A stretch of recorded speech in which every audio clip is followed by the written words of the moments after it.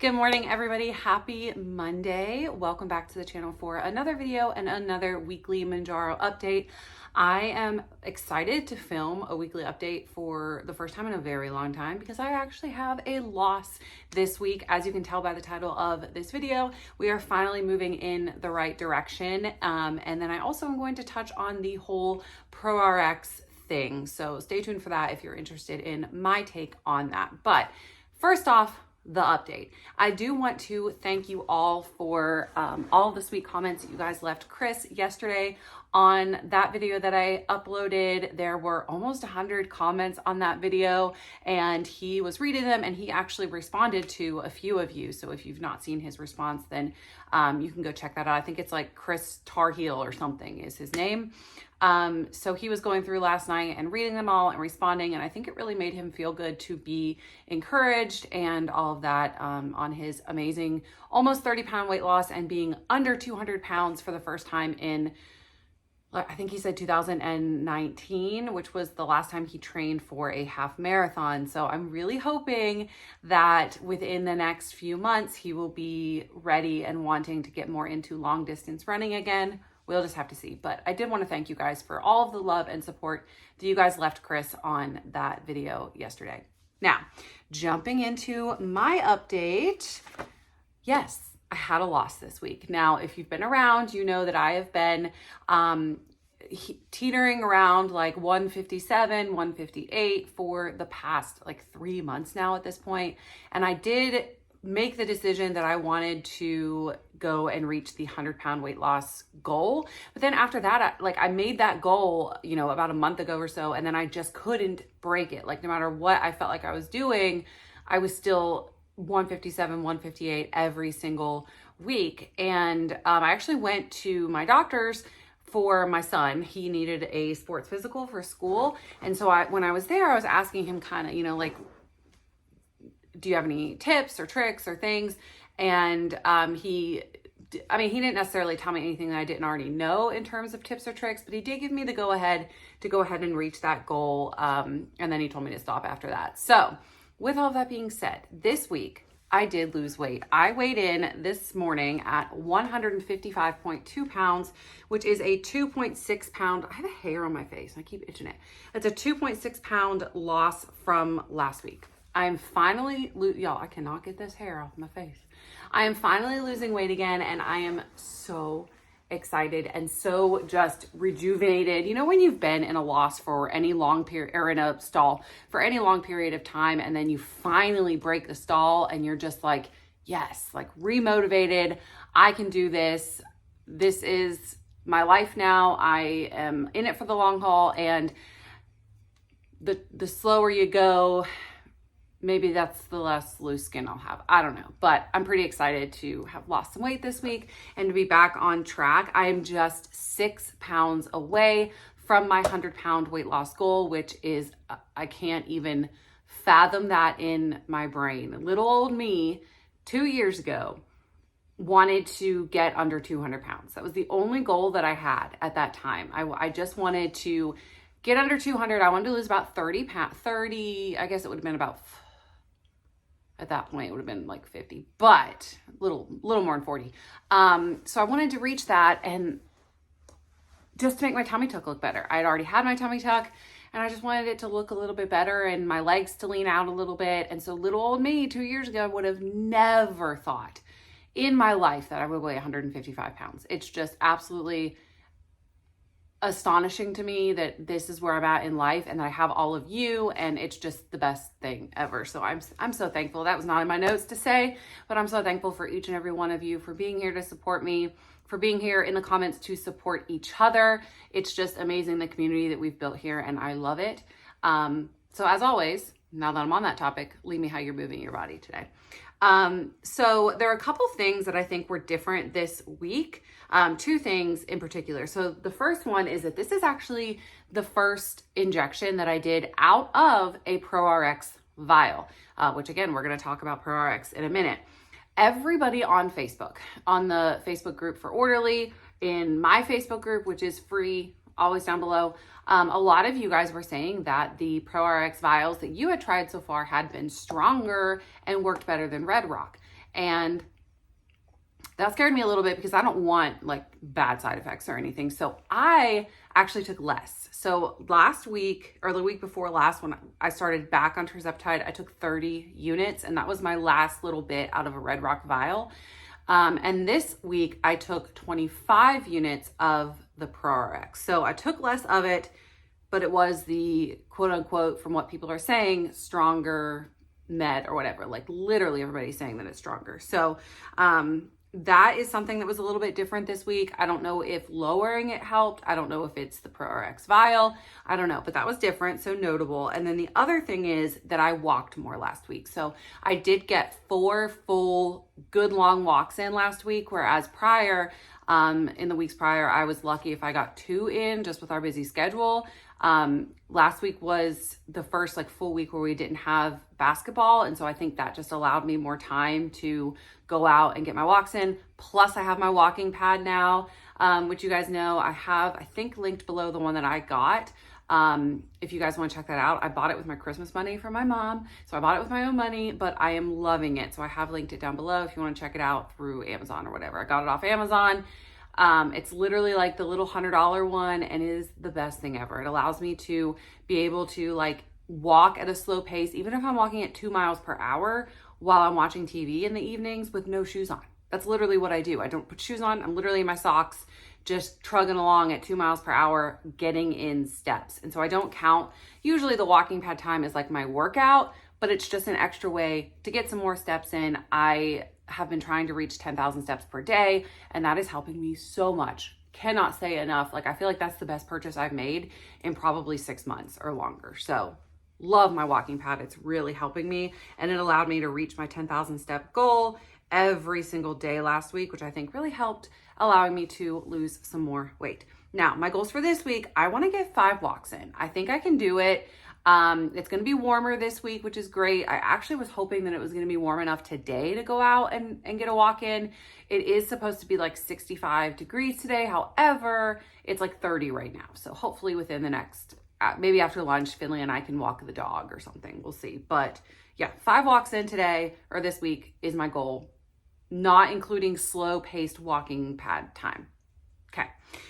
Now, and then my other goal, one of my other goals was using my walking pad while watching TV. So I guess that just goes along with it. And then my other main goal, and I know this is going to sound silly, but it is to only get 2 Lotuses this week. You guys know that I am obsessed with the Lotus energy drinks from my local coffee shop. I always get them skinny, but I'm sure there's sugar in them. I don't look it up. I'm kind of scared to do so. So I would say I've looked over the past like 4 weeks, and I usually get 4 a week. There's usually one weekday that I don't. So I've actually already gotten, I already got one of them. So I can only get 1 more this week. This one is actually their new one. It's the skinny, well, it's not always skinny, but I got skinny stupid Cupid. And it's like the purple lotus, grape, and raspberry or something. It is so good. Y'all, I'm obsessed with Lotus, but I really do need to, for financial reasons, because I'm trying to do better with that. And for like sugar content reasons, I probably need to cut back. So 2 instead of 4. That's my goal. Okay, now that we've talked about me, let's jump into this ProRx stuff. I want to preface this by saying that if you've been around, you know I am a very level-headed person. I am not one that gets all up in arms about anything that I see in regards to any major media news, because 9 times out of 10, there is more to whatever story you're being told. I mean, in terms of anything that we see reported, in terms of anything, okay? So with that being said, I'm going into this in a very level-headed manner. I just think that in general, we as humans like to feel emotion and get things stirred up, and I don't know, it's something that I try not to do. It's something that, unless there is a specific very important reason for me to. So with that being said, let's jump into it. So if you don't know what this is, Man on the Pen dropped a pretty startling video last week talking about the horrible FDA warning letter that ProRx had received in December. Now, ProRx had an audit in the summer of 2024. It was July and August of 2024. And during that inspection, during that audit, some very concerning things were found. There were sterility issues. There was some like API sourcing issues, several things, okay? The main sterility issue was the airflow. There wasn't proper airflow above like the pharmacist when he was mixing compounded medications. There were a couple of vials that they found like floaters in and stuff like that. So there were some very concerning things within this audit in the summer of 2024. Now, after that, in August, the end of August 2024, ProRx stopped compounding sterile medications. They did not do so from September through until November, when they then notified the FDA that they were going to continue doing so or resume doing so. Okay. So they stopped. We don't know what they did during this time. Maybe they fixed all their issues. Maybe they came up with a plan in order to do so. We don't know, but they did not compound sterile meds in that time. So in my mind, they saw all these issues and then they said, oh crap, we got to do some corrective action here. And they did so by stopping, hopefully taking corrective action, like I said, and then resuming. Okay. Now, in November, when they started back producing sterile medications, they formed their relationship or their partnership with Perfect RX, which if you use Orderly Meds, you know that ProRx compounds the vials. It's one of the pharmacies they work with. They compound the vials and then they are sent to Perfect RX, who is a 503A, and then distributed to consumers. So Perfect RX is not mixing any of the vials that you are receiving. It might say their label on it, but ProRx is mixing it, sending it to them, and then Perfect RX is fulfilling it. Okay, that seems to be a lot of people are confused about that. I don't know like how to lay it out any other way. Perfect RX is not making your meds. Okay. Then I need to say that Perfect RX is not in any way related to the fake Ozempic thing from Smart Scripts. Smart Scripts was bought out by Perfect RX after that whole thing happened. Okay. The owners of Perfect RX had nothing to do. There was totally new ownership, totally new people from Smart Scripts. Completely different. They sold and it's done. Okay. Smart Scripts and Perfect RX are not one. I mean, they are one and the same because it bought it, but they're not one and the same. Dogs are barking. Hopefully they'll stop. They're not one and the same as Perfect RX having anything to do with the Smart Scripts issue. Okay. Now, we're in November. ProRx has a partnership with Perfect RX. Okay. They start resuming sterile production. Then in December, on December 20th of 2024, ProRx received the FDA letter that sort of outlined all of the things that they were found in the audit from the summertime. So this is not a new audit. This was not a recent inspection. These were all things that came from the inspection in the summertime.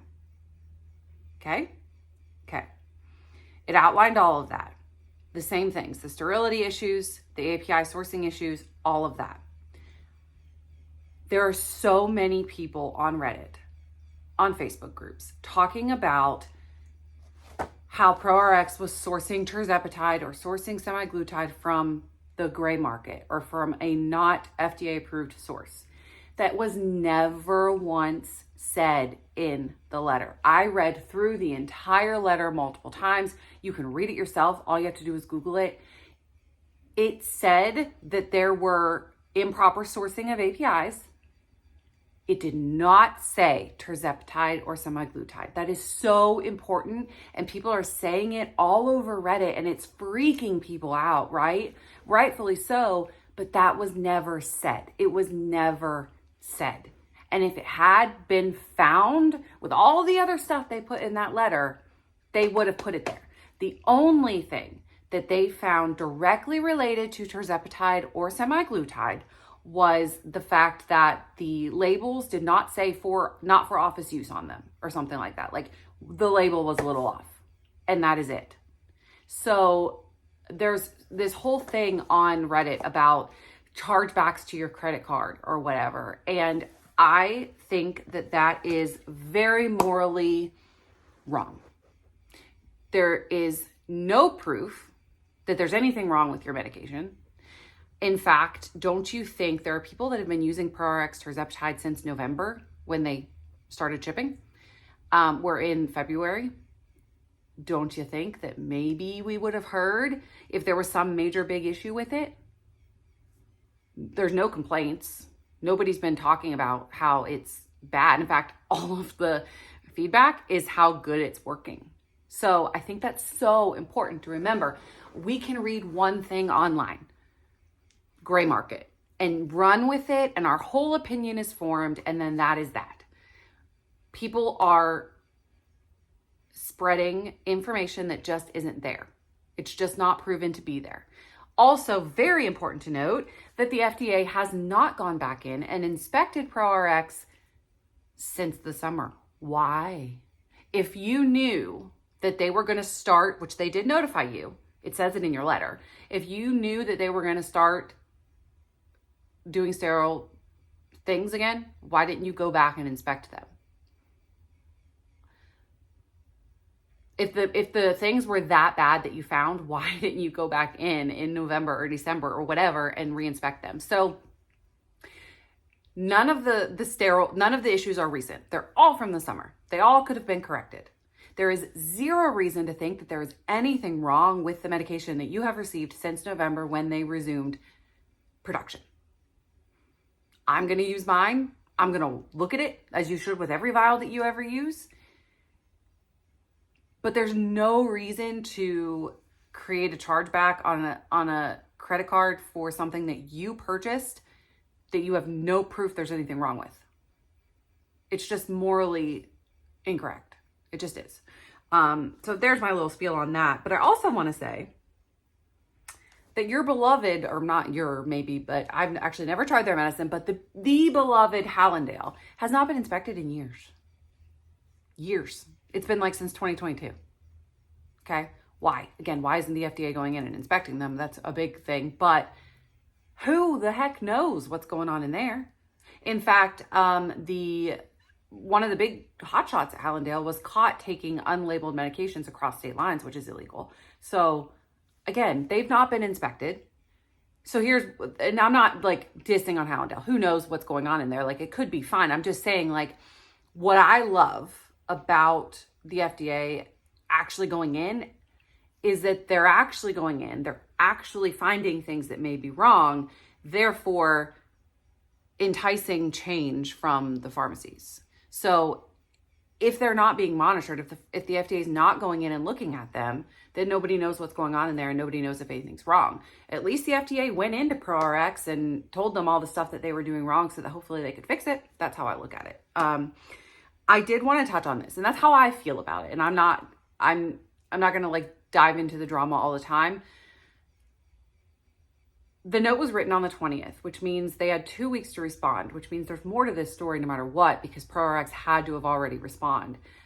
But that has not been leaked anywhere, or nobody has seen the response from them. And, you know, they may feel like they don't have to make some public response as long as they responded to the FDA and are working with them. Then what else do they have to do? Like, this drama, media sensationalism around proving one to be better than the other or whatever is just absolutely insane. And again, at least they were inspected. That's my opinion on it. So yeah, you can of course have your own opinion, and I invite you to share it down below. If I am missing something, let me know, but I have read that note so many times, because in my Facebook group, people have said things and then I'm like, did I miss that? And so then I go back and read it again and I'm like, no, I didn't. They didn't say that the tirzepatide was improperly sourced. They never said that, but that is being spread everywhere. So I've read it several times, but if I'm missing something, please let me know down below, because I'm always willing to be openly corrected and fix any mistakes that I make. So that's my little update for today, guys. That got a little bit longer than I was planning on. Thank you so much for watching today's video. Tomorrow, we're going over breaking stalls because I have just done it and I'm pretty excited to share how I did it with you. So stay tuned for that. Thank you guys so much for watching today's video. And as always, let me know your thoughts down below, and I'll see you soon. Bye, guys.